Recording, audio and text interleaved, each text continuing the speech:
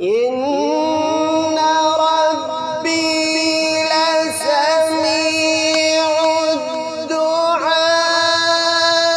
الدعاء رب اجعلني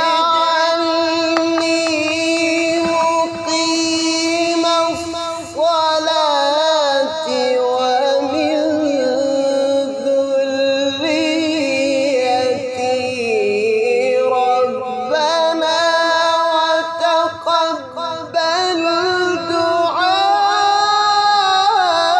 دعائي ربنا اغفر لي ولوالدي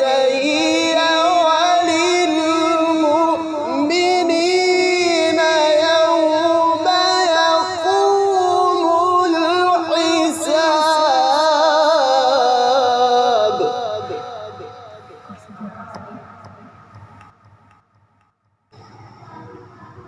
رب اجعل